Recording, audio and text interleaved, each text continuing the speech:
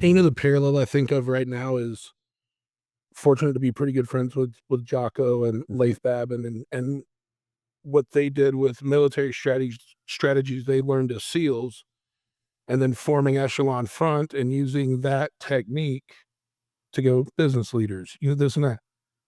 I feel like that's very like you doing the same thing, but from what you learned coaching in combat. And I think you would have Fortune 500 companies lined up for fucking years to want Yeah, I think so too. to be a part of that. I think that would be fun. I think it would be cool. I just don't look at myself as the last thing that like I have lost my ego big time. I used to have a big ego and I've lost my ego. Like I want to help people, but I think I would want to help people behind doors and not so much in limelight. Mhm. I've really gotten away from limelight. I've become very popular, and that's one of the downfalls to what I do.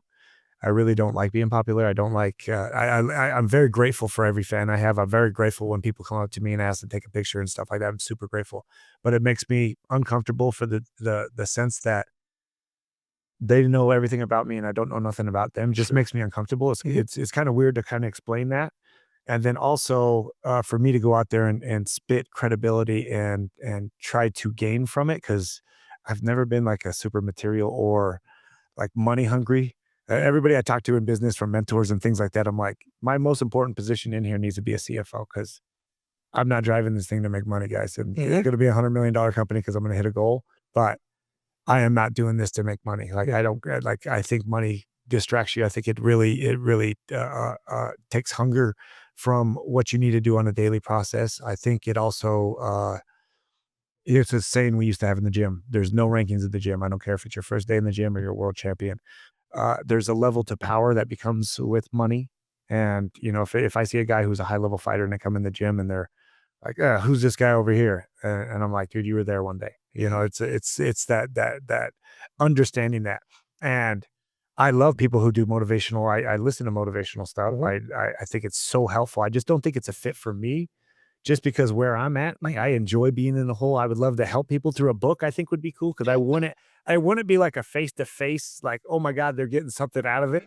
And if I was up speaking, again, it's the shaking hands afterwards Yeah. and the schmoozing and doing that. That's hard for me. But I do think I'm natural at it. And I love to help people become the best. Like, and my purpose in life is to externalize the internal champion, and I do that in everything I do, from it's making gloves to being in a grocery store and seeing someone with their head down and saying, "Hey, man, I like your shoes, man. Those are cool." And you're like, "Oh, thanks, man." They look down, and all of a sudden they have a little energy boost. So I do that very naturally, without any effort. But when it comes to the travel that's included, the little things of those pieces, I think going through this process is I'm becoming a lot more simpler, a lot more balanced with the family, a lot more around the kids, a lot more constructive around the family.